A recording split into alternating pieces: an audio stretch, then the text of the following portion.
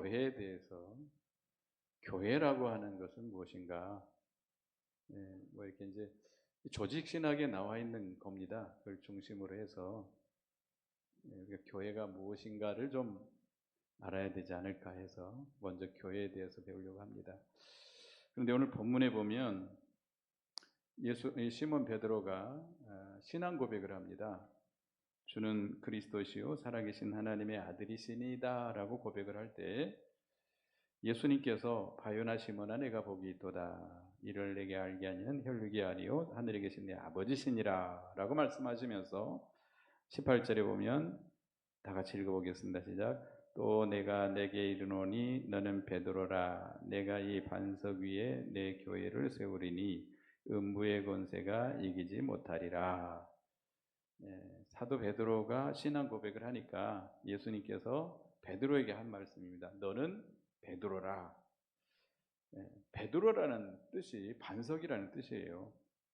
근데 내가 이 반석 위에 내 교회를 세우리니 베드로에게 네 이름은 베드로라. 게바라고도 하는데 여기서는 베드로라고 이름을 붙여줬습니다. 그러면서 내가 이 반석 위에 내 교회, 누구의 교회? 예수님의 교회를 세우겠다. 그런데 음부의 권세가 이기지 못할 것이다 라고 말씀했습니다.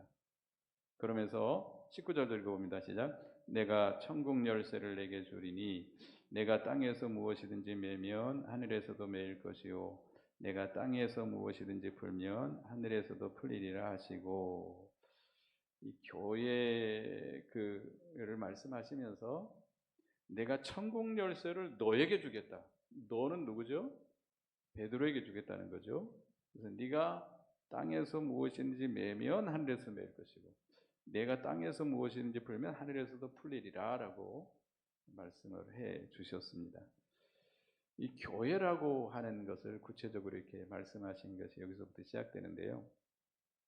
이 말씀을 천주교에서는 이걸 곡해를 해가지고 이 베드로는 수제자죠. 예수님의 수제자. 그래서 이 수사도권이 교황으로 내려간다. 그러니까 이 베드로는 제1대 교황이고 그 나머지 교황들이 이렇게 대를 이어서 내려간다 해가지고 이 천국의 열쇠가 누구에게 주어진다? 교황에게 주어진다. 그래서 교황에게 치리권이 있어요. 치리권. 그래서 그들은 각 나라 왕 위에 교황들이 지배를 했었죠, 과거에. 그래서 이렇게 해석을 해요. 그런데 이건 잘못된 해석이죠. 여기서 이 베드로 반석 위에 내가 이 반석 위에 내 교회를 세우린다. 이 반석이라고 하는 것은 베드로 위에 세우겠다는 게 아니고요. 베드로가 신앙 고백한 그 진리, 그 신앙 고백, 베드로가 깨달은 그 진리, 그 위에 교회를 세우겠다는 말입니다. 이 베드로라고 하는 사람은 온전한 사람이 아니에요. 이렇게 신앙 고백을 해놓고 바로 뒤에 가서 예수님이 십자가 지시겠다고 하니까 예루살렘에 올라가서 십자가 지시겠다고 하니까 가지 말라고 막습니다. 여기 22절에 보면 주여 그리하지 마옵소서 이 결코 죽게 미치지 아니하리이다 하면서 예수님께서 베드로에게 뭐라고 말했느냐 23절 보겠습니다. 읽어봅니다. 시작. 예수께서 돌이키시며 베드로에게 이르시되 사탄아 내 뒤로 물러가라 너는 나를 넘어지게 하는 자로라 내가 하나님의 일을 생각하지 아니하고 도리어 사람의 일을 생각하는도다 하시고 베드로를 뭐라고 말했어요? 예수님께서 사탄아라고 말했어요. 사탄 위에 교회를 세울 수 있나요? 베드로가 그 뒤에도 이 마귀 노릇 많이 했어요. 예수를 모른다고 부인도 하고, 말고 얘기도 잘라버리고 이렇게 막 여러 가지 부족한 게 많이 있죠. 근데 베드로 위에 교회를 세운다는 것은 그건 잘못된 해석입니다. 다른 성경에 보면 이 교회의 머릿돌은 누군가? 베드로전서 2장 7절을 보겠습니다. 베드로전서 2장 7절.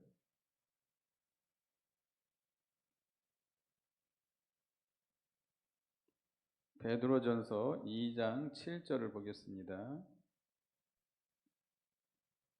읽어봅니다. 그러므로 믿는 너희에게는 보배이나 믿지 아니하는 자에게는 건축자들의 버린 그 돌이 모퉁이의 머릿돌이 되고, 여기서 건축자들이 버린 그 돌이라고 하는 것은 앞에서 나온 산돌, 6절에 5절에 보면 산돌이신 예수를 가리킵니다. 예수님께서 교회의 머릿돌이 되신다. 고린도전서 3장 11절 보겠습니다. 고린도전서 3장 11절. 고린도전서 3장 11절에도 보면 읽어봅니다. 시작. 이 닦아둔 것 외에 능히 다른 터를 닦아줄 자가 없으니 이 터는 곧 예수 그리스도라. 예수 그리스도가 교회의 머릿돌이 되시고 예수 그리스도가 교회의 터가 되신다는 겁니다. 그러니까 교회의 그 터는 예수 그리스도를 믿는 그 신앙 고백, 그 예수 그리스도를 믿는 그 믿음 위에 세워지는 거예요.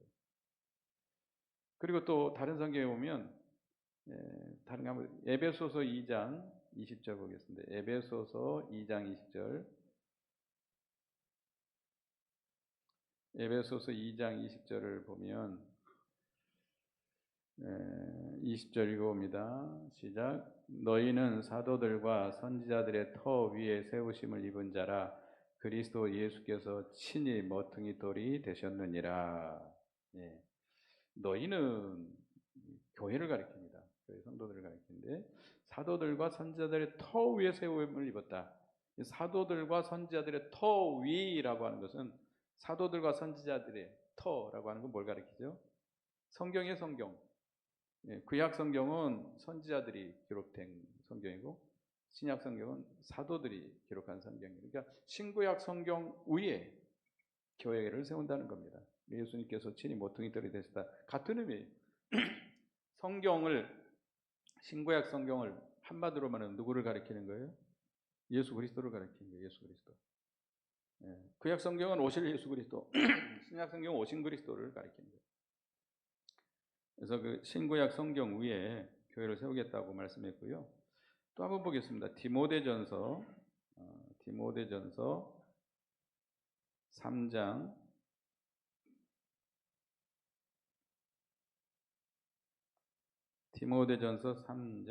15절.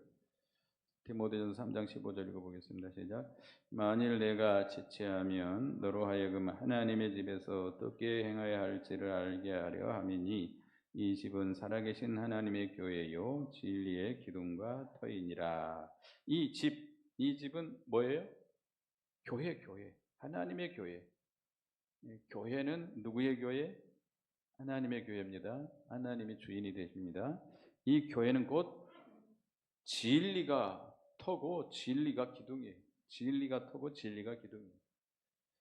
그러니까 진리의 터 위에 진리의 기둥으로 교회가 세워져 나간다는 겁니다. 그래서 이 교회의 기초가 그렇다는 거죠. 그래서 오늘 교재로 돌아가면요. 1번 읽어보겠습니다. 교회의 명칭에서 읽어봅니다. 시작. 헬라어로 에클레시아인데 예수 그리스도를 믿는 신자들이 성령에 의하여 결합된 공동체를 일컫는다. 교회라고 하면 성경의 교회가 이제 신약 성경 교회라는 말이 많이 있죠. 구약 성경 교회라는 말이 없어요. 그 교회를 히브리어로 헬라어로 에클레시아라고 하는데 그 에클레시아라고 하는 것은 예수 그리스도를 믿는 신자들이 성령에 의해 결합된 공동체, 모임. 그래서 신약에 있어서 교회 읽어봅니다. 시작. 에클레시아는 신약의 112회, 복음서에는 마태복음 16장 18절, 18장 17절에 사용하고 있다. 불러내어 모은다에서 온 말이다. 그러니까 에클레시아라는 말이 이제 신약 성경에 많이 나와 있는 거죠. 근데 그 에클레시아라는 말은 무슨 뜻이냐면 불러내어서 모으다. 불러내서 모은 것이다. 그러니까 세상에서 택한 백성들을 성령으로 불러서 모아는 단체가 교회예요. 그러니까 교회가 신암교회 이런 건물이 교회가 아니라는 거예요. 예수 믿는 성도들, 예수를 구주로 신앙 고백한 그 성도들이 모인 단체가 교회라는 겁니다. 그다음에 두 번째, 구약에서의 교회 읽어봅니다. 시작. 구약에는 교회라는 말은 사용하지 않는데 집회로 번역되고 주로 이스라엘의 종교적 회중을 가리키고 있다. 교회라는 말은 언급되지 않고 있습니다. 이제 고린도전서 10장에서 광야의 교회라는 말이 되어 있는데, 이거 집회, 또 총회, 회중 이런 것으로 이제 구약 성경에 나오고 있습니다. 그래서 이제 그 중요한 표, 그 바로 밑에 읽어봅니다. 시작. 교회의 영적 교훈. 교회란 장소에 우리를 초청하고 호명하고 소집하신 자는 전지전능하고 사랑과 자비가 무한하신 하나님이시다. 이러한 하나님께서 만사전에 택하신 하나님의 백성들을 교회로 부르시며 악한 세대에서 우상을 섬기며 사탄의 종된 자들을 교회로 불러서 예배하게 하신 것이다. 예. 하나님께서, 그러니까 우리를 불러서 교회로 모이게 하신 분은 누굽니까? 하나님이신데 성령 하나님으로 말미암아 우리를 불러낸 겁니다. 소명이라고 그러는데 불러내다, 소명. 이제 불러내다는 말 한문으로 쓰면 소명이에요. 소명. 소명인데 외적인 소명, 내적인 소명이 있습니다. 복음을 전하는 것이 외적인 소명이에요. 근데 성령께서 누구를 통해서 일을 하시죠? 천사들을 통해서 합니까? 우리 믿는 성도들을 통해서. 그래서 여러분들이 전도하면 성령의 도구로 사용되는 거예요. 그래서 이 복음을 전해서 택한 백성들을 불러내서 모이게 한, 그래서 예수를 믿게 하고 그 택한 백성들에게 믿음을 주고 예수를 믿는 자들이 모인 그곳이 바로 교회입니다. 과거에는 우상 섬기고 사탄에 종된 자들이 이제 하나님을 섬기는 그런 모인 교회입니다. 그럼 교회의 그 유형, 교회는 어떤 유형들이 있는가? 지역 교회가 있는데 읽어봅니다. 시작. 그리스도를 구주로 고백하는 성도들이 모인 단체인 일정한 지역의 교회들을 말한다. 초대 교회는 가정에서 모이는 가정교회, 그들의 집에 있는 교회라 그러는데, 또 그보다 더 광범위한 일정한 지역들의 교회들, 즉 온 유대와 갈릴리아와 사마리아 교회, 아시아의 교회들을 말한다. 지역 교회가 있습니다. 지역 교회. 장소적인 교회죠. 초대 교회 때는 대개 가정에서부터 교회가 시작됐어요. 가정에서. 제가 어렸을 때도 개척을 시작할 때 가정에서 시작된 교회들이 많아요. 제가 어렸을 때.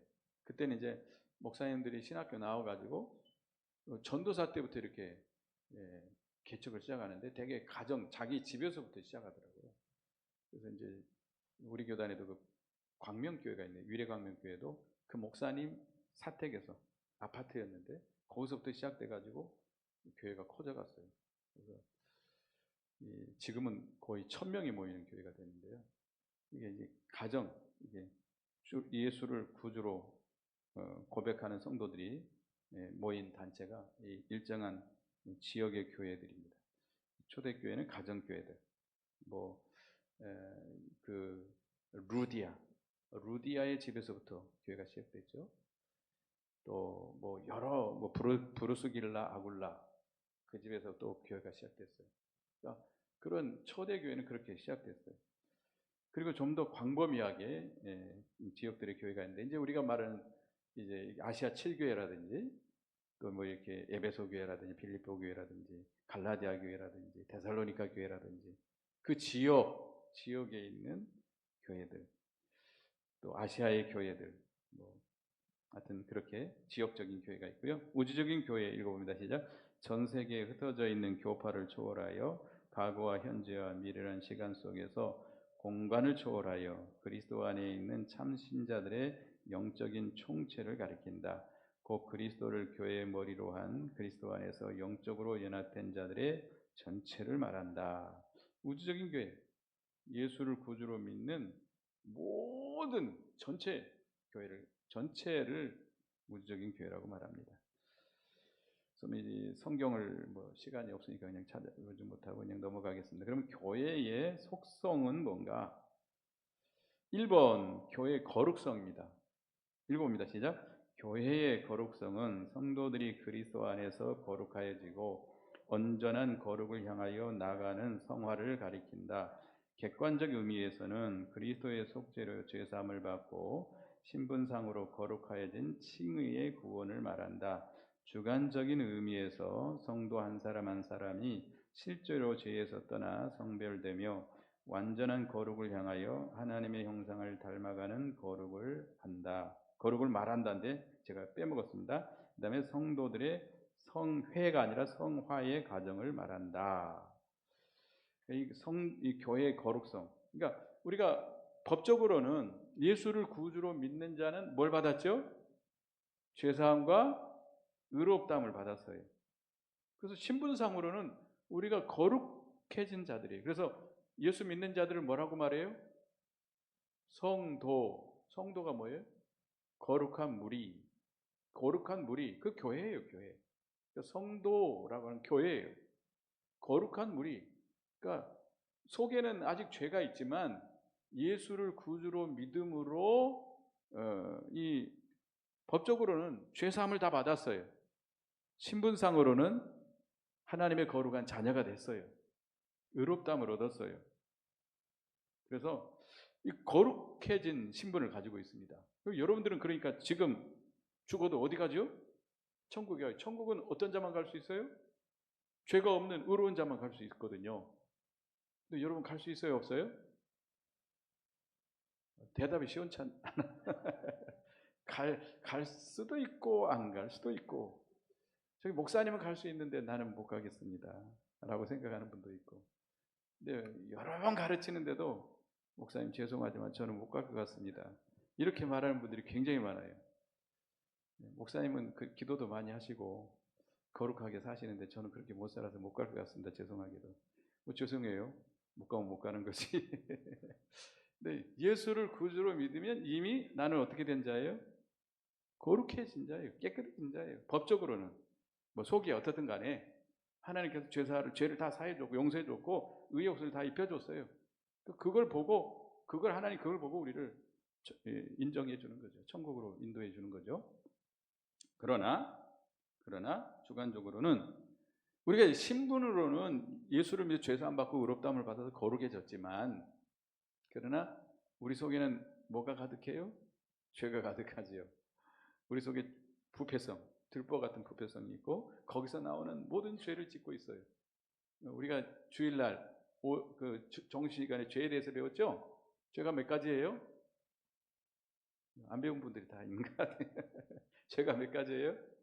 두 가지. 크게 두 가지.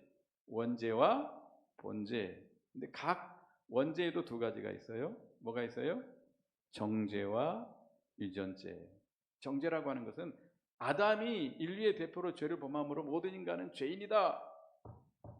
하나님의 부처님 선언을 해버렸어요. 그래서 내가 원치 않든 우리는 다 뭐예요? 죄인이, 아담 안에서 다 죄인이에요. 근데 그 죄의 부패성이 유전돼 내려왔어요. 그래서 나면서부터 사람들은 다 뭐예요? 죄인이에요. 그래서 꼬맹이 조그마한 애들도 가르쳐 주다는데 악해요. 엄마 젖을 빨다가 안 나오면 어떡하죠? 물어 뜯어요. 우리 집사람이 애를 키우는데 근데 하여튼 카자흐스탄에 가서 키우는데 얘가 물어 뜯으니까 얘가 막 피가 나는 거예요. 그런데 또 안 먹일 수도 없잖아요. 그러니까 약 바르고 또 먹이고 얼마나 아프겠어요. 나는 엄마가 아니라 참 다행이에요. 얼마나 아팠겠어요. 물어 뜯어갖고 보여주는 거예요. 피가 났는데 또 배고픈데 또 물어줘야 되잖아요. 얼마나 아프겠어요. 조그마한 말도 못해요. 이제 핏덩어리가 젖이 안 나온다고 물어 뜯어버려요. 아이고, 그러니 얼마나. 그러니까 사람이라는 것은 속에 그런 부패성이 있어요. 저 사람들은 왜 저럴까? 이해가 안 된다 그러지만 여러분 속에도 있어요. 왜 저렇게 사람들이 악할까? 왜 저런 말을 할까? 그렇지만 누구에도 그런 게 있어요? 자기에게도 그런 게 있어요. 자기는 못 보는 거죠. 다른 사람은 이해를 못 하는 거죠. 하여튼간에 우리는 이런 부패성이 있고, 그 다음에 뭐죠? 원죄가 있고 본죄가 있는데 본죄 중에도 두 가지가 있습니다. 자범죄가 있고 요구죄가 있습니다. 자범죄라고 하는 것은 실제로 내가 말로, 마음으로, 행위로 짓는 죄예요. 근데 요구죄라고 하는 것은 하나님이 요구하는 것을 안 한 것이 죄입니다. 기도해라. 기도했어요? 기도 못했으면 죄예요. 기도했다고 할지라도 하나님이 원하는 만큼 기도 안 했으면 그건 죄예요. 그렇죠? 사랑하라. 사랑 안 했으면 죄예요. 오늘 여러분 죄 지었어요? 안 지었어요? 많이 지었잖아요. 사랑 안 했잖아요. 말로만 사랑한다. 우리 딸내미가 전화를 끝내고 다시 전화가 왔어요. 왜 전화했냐? 아빠 사랑해요. 그 말 안 하고 전화했대요. 그럼 말로만? 말로 사랑합니다 하면 그 사랑한 겁니까? 실제로 사랑해야죠. 하나님이 원하는 만큼 사랑해야죠. 사랑 못했으면 그것도 죄라고요. 그러니까 이런 죄들이 많아요.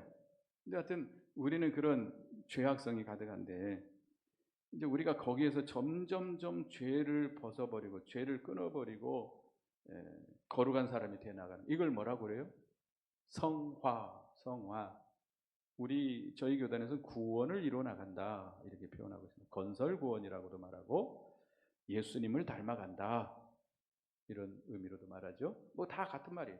영이 자라난다, 영혼이 자라난다, 우리 인격이 변화에 대해서 새 사람이 돼 나간다. 이것도 다 같은 말이에요. 거의 같은. 약간의 의미가 차이가 있겠습니다만은 점점 거룩함을 입어나. 그러니까 교회를 통해서 이 거룩성이 이루어져야 돼요.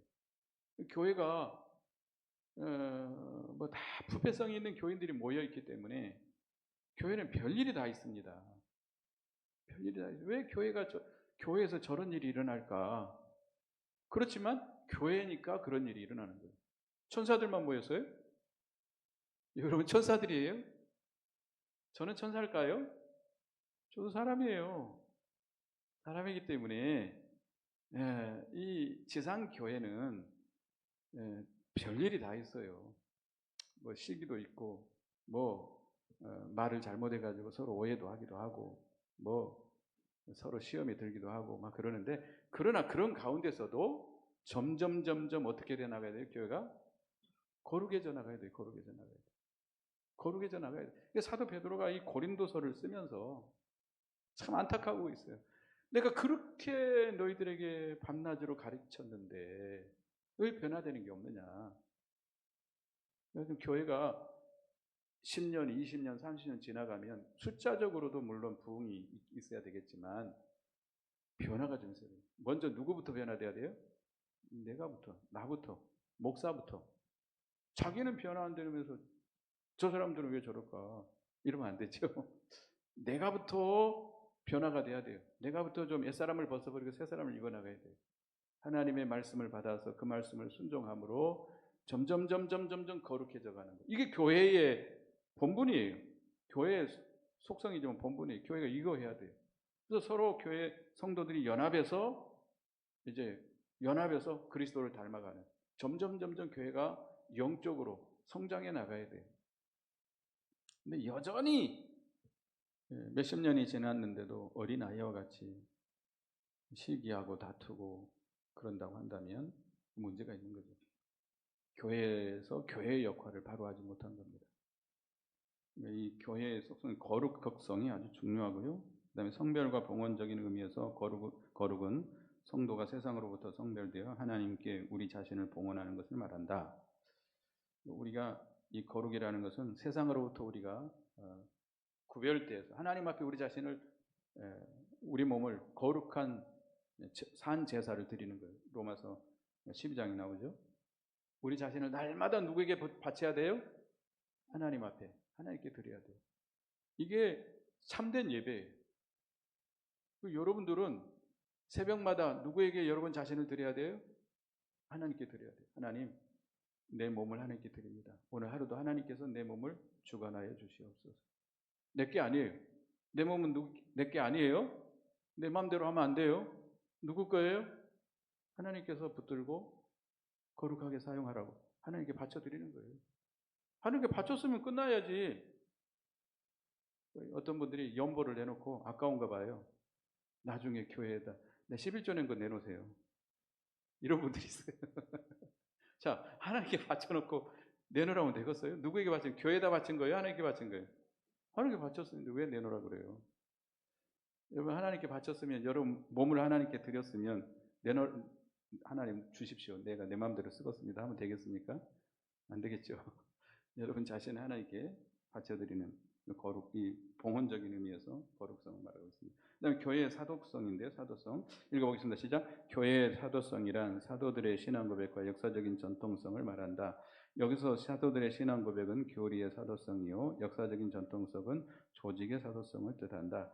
교신교에서는 말씀의 사도성과 사도적 교리성의 개선을 강조한다. 그다음에 이 교회의 사도성이라고 말하고 있는데요. 사도들의 신앙 고백, 역사적인 전통, 이걸 이어가야 돼요, 교회가. 그러니까 교회가 변화해야 된다라고 말하는 분들인데, 거기서 변하는 이 의미는 아니겠죠. 이 신앙 고백이 변하면 될까요, 안 될까요? 안 돼요. 그 진리, 위 사도부터 내려오는 그 귀한 그 신앙의 전통은 변화되면 안 돼요. 시대가 변하면 교회도 변해야 된다, 이렇게 말하는 분들인데, 이 정통성이 변하면 안 돼요. 정통성이라고 말하는데요. 보수라는 말이 있거든요. 보수라는 말이 나쁜 말 아니에요. 교회는 어떤 교회여야 돼요? 보수적인 교회여야 돼요. 과거의 그 신앙, 정통성인 신앙. 그래서 그 옛신앙으로 돌아가라는 말이죠. 옛신앙. 교회가요. 이게 교회가 많이 이제 역사적으로 보면 교회가 이렇게 막 변화되고 그러지만 결과적으로 나중에는 어디로 돌아가자 그러는가요? 말씀으로 돌아가자 그럽니다. 이 교회가 항상 그래요. 항상 이렇게 뭐 교회가 막 인본주의도 썼다가 막 신비주의도 썼다가 막 그러다가 그게 안 되거든요. 그걸로 안 되거든요. 그러니까 나중에는 결국 교회가 어디로 돌아가야 된다? 말씀으로 돌아가야 된다. 옛날 사도들이 지켰던 그 신앙으로 다시 돌아가야 된다. 항상 그렇게 말해요. 역사적으로 보면. 그러니까 우리가 이 바른 이 정통성, 사도성을 개성해서 이어나가야 합니다. 그 다음에 세 번째, 교회 일치성인데 읽어봅니다. 교회의 일치성이란 만대 만국의 교회가 본질적으로 하나임을 말한다. 이러한 통일을 그리스도를 머리로 하는 일을 말한다. 성령의 역사에 의한 내적인 영적인 일치를 말하며 신앙 고백의 일치에 의한 통일을 말한다. 배교와 불신앙으로 타락한 세계 자유주의 교회들의 연합의 단체인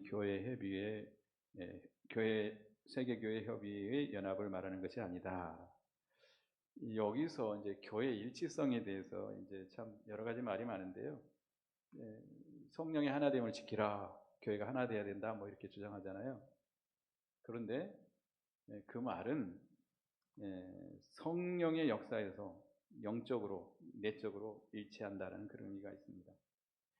그러니까 본질적으로는 세계 모든 교회가 하나죠. 그리스도를 머리로 하는 통일을 말하는데요. 신앙 고백이 일치가 됩니다. 진리가 같아야 하나가 될 수 있는 거예요. 그러니까 교회 안에 이단도 있습니다. 이단 있어요, 없어요? 있어요. 물론 이단 교회도 있지만 교회 안에 각자가 이단적인 그런 사상을 가지고 있는 사람도 교회 안에 있어요. 그런데 그냥 앉아 있어요. 또 그럴 땐 신비주의적인 사상을 가지고 있는 사람도 있어요. 젊은 아이들 같은 경우는 신신학, 자유주의 신학의 사상을 가지고 있는 아이들도 있어요. 근데 그런 모든 것을 아울린 통일인가? 그건 아니에요. 뭐가 같아야 돼요? 진리가, 신앙 고백, 진리가 같아야 돼요. 그래야 하나가 될 수 있어요. 근데 우리 한국 교회의 분열이라는 그 분열 여사를 보면 이 장로교가 크게 합동과 통합으로 갈라지게 됩니다. 합동과 통합으로 갈라진 이유 중에 하나가 바로 이게 WCC예요. WCC. 그러니까 이제 통합 측으로 간 분들은 우리가 교회가 연합운동해야 된다. 연합운동. 세계에 있는 모든 교회가 하나가 돼야 된다. WCC 운동하시는 분들인데요. 이분들은 교리가 달라도, 진리가 달라도, 교파가 달라도 우리가 하나가 돼야 된다. 이렇게 주장해요. 근데 합동 측으로 가신 분은 그거 아니다. 그건 잘못된 것이다. 우리 진리가 같지 않은 사람들과 어떻게 하나가 될 수 있겠느냐? 하나가 될 수 없거든요.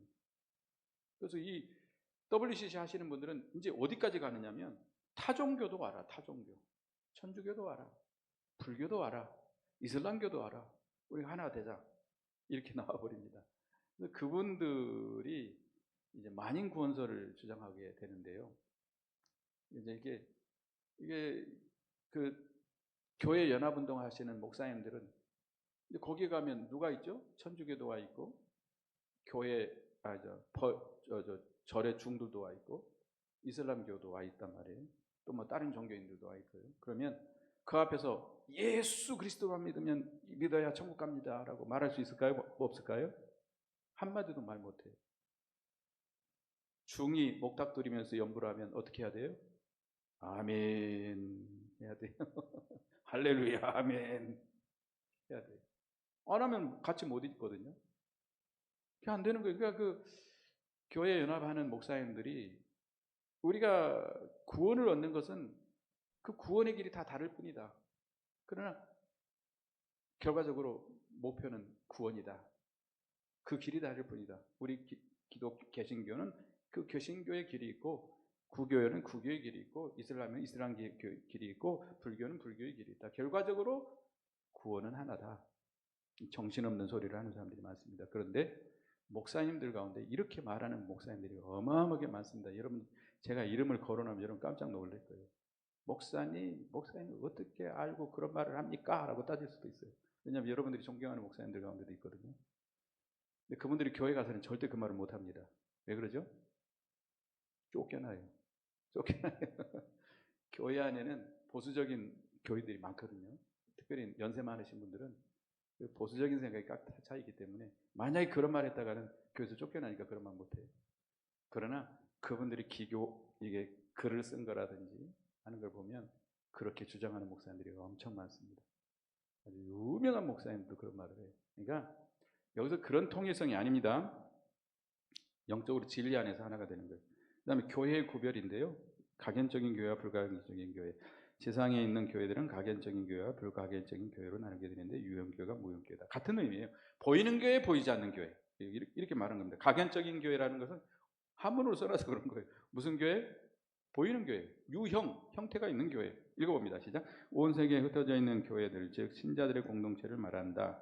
이러한 교회는 다 한 곳에 모일 수 없으니 지교의 형태로 존재한다. 이 각연적인 교회는 예수 그리스도를 구주로 영접한 사람들이 대부분이나 참신자가 아닌 자들도 들어있다. 그러나 누가 참신자인지 거짓신자인지 사람의 눈으로 결정짓기가 불가능하다. 그러므로 각연적인 교회인 유형교회는 불완전한 교회다. 그러니까 이게 각연적인 교회, 우리가 말하는 이 교회를 말합니다. 각연적, 보이는 교회, 예수 그리스도를 믿는 자들이 모인 공동체. 신앙교회 하면 이 건물이 신앙교회가 아니고 예수 믿는 성도들이 모인 여러분들이 교회예요. 근데 이게 보이는 교회는 각 지역마다 다 있겠죠. 우리 신앙교회도 여기 풍암동도 엄청 많잖아요. 근데 거기에는 이 믿지 않는 자들도 있어요. 예수를 구주로 영접하지 않는 자들도 있습니다. 착각하고 있는 자들도 있어요. 나는 믿는다라고 착각하는 자들도 있어요. 그래서 1대1로 대면에서 면접 보면 나 예수 안 믿어요라고 말하는 사람도 있다고 그래요. 수십 년을 예수 믿고 장로로 집사로 봉사했으면서도 나 예수 안 믿어요 이렇게 대답하는 사람도 있대요. 실제로 그렇답니다. 그래서 이 교회 안에는 예수를 믿지 않는 사람들도 들어와 있을 수 있어요. 교회 안에, 그러니까 예수님이 백보자 신부 때 양과 염소로 나누잖아요. 교회 안에는 곡식도 있지만 뭣도 있어요? 가라지도 있어요. 나 가라지 뽑지 말라고 그랬어요. 뽑다가 곡식값도 뽑힐까봐 뽑지 말라고 그랬어요. 이 각연적인 교회, 불각연적인 교회 읽어봅니다. 시작. 전 세계에서 시간, 공간을 초월해서 흩어져 있는 하나님의 선택한 백성들의 종수를 말한다. 곧 중생, 회심, 신앙, 그리스도의 신비적인 연합 같은 구원의 복은 육신의 눈으로 볼 수 없는 무용적이다. 그래서 다른 말로는 불가견적인 교회라고 한다. 그러나 성경이 말하는 대부분의 교회는 무용적이고 불가견적인 교회를 말하는 것이 아니라 가견적으로 유형적인 교회를 말한다. 이 보이지 않는 교회, 이건 이제 예수를 믿어서 중생한 자들, 그 회심하고 중생한 자들이 모인 단체를 가리키는데, 그러나 우리가 흔히 말하는 교회는 무슨 교회예요? 유형교회, 보이는 교회를 말하는 겁니다.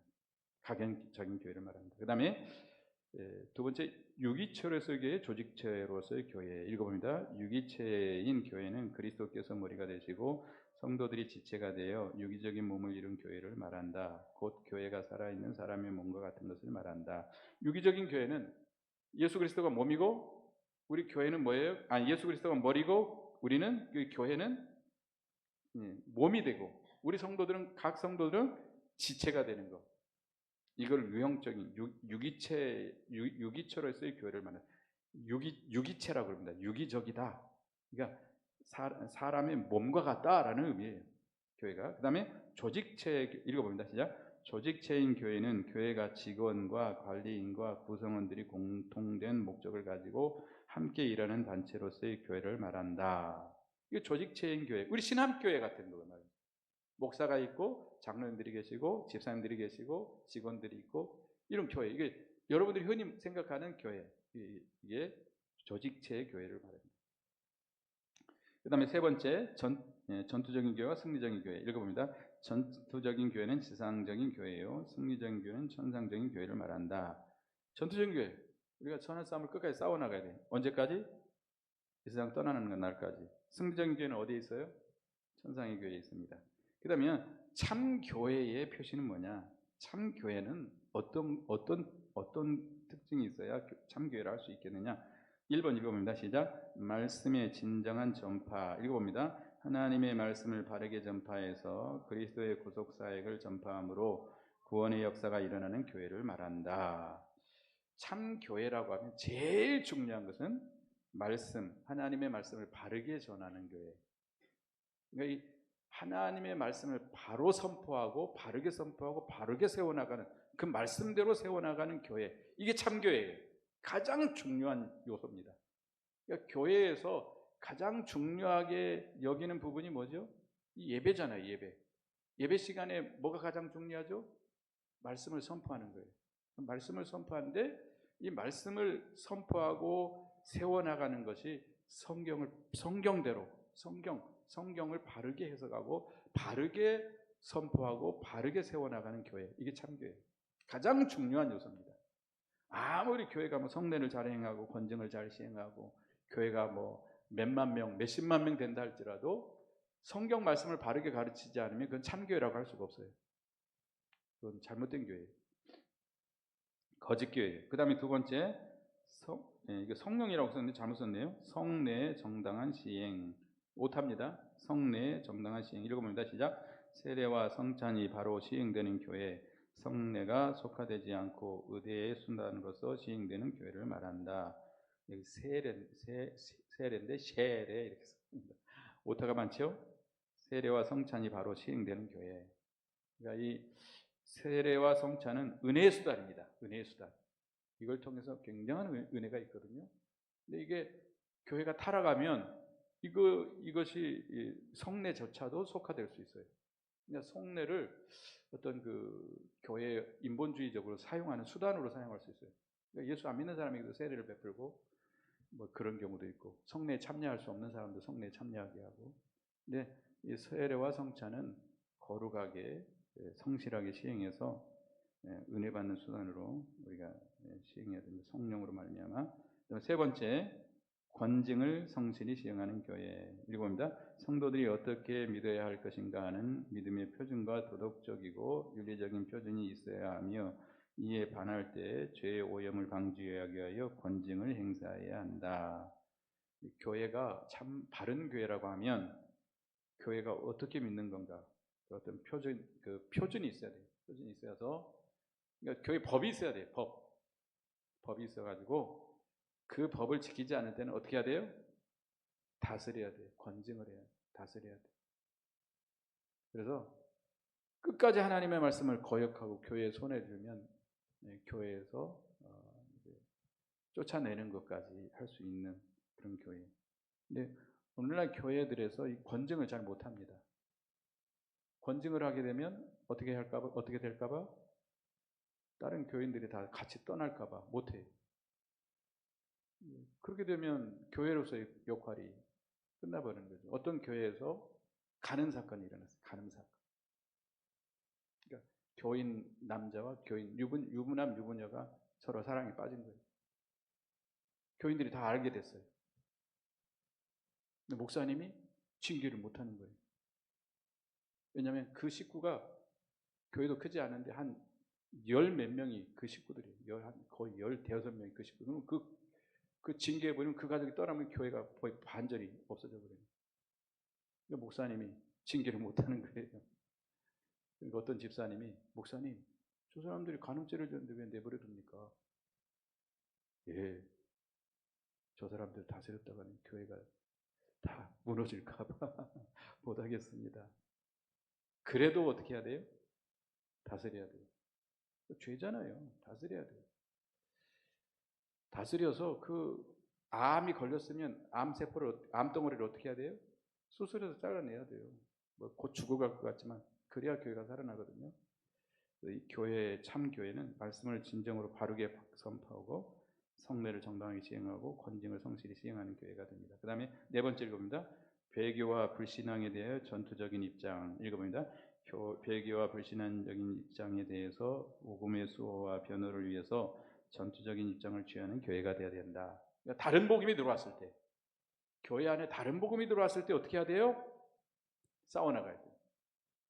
그걸 다스려놓고 분별해서 다스려야 되고 그걸 책망을 해야 되고 그래도 안 받아들이면 쫓아내야 돼요. 다른 복음이 들어오면 이단이라든지 성경을 다르게 해석할 경우 목사님 그렇게 해석하면 안 됩니다. 이렇게 해석해야 됩니다.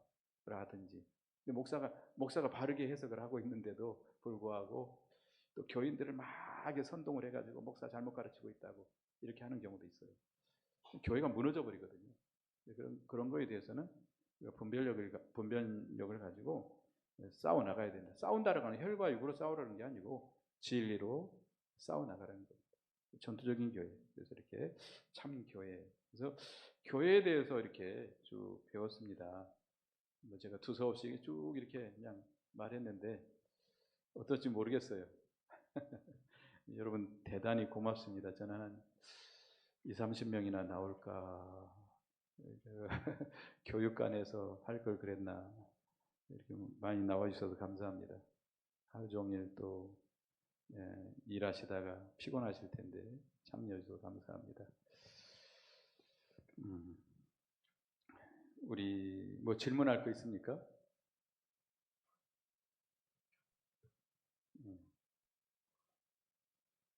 하여튼 제가 내일 모레 글피 목요일까지는 수요일 날은 예배 행식으로 하면서 여튼 이거 공부를 하겠습니다. 그렇게 하시고 열심히 참여해 주시기 바랍니다. 주기도로 마치겠습니다. 하늘에 계신 우리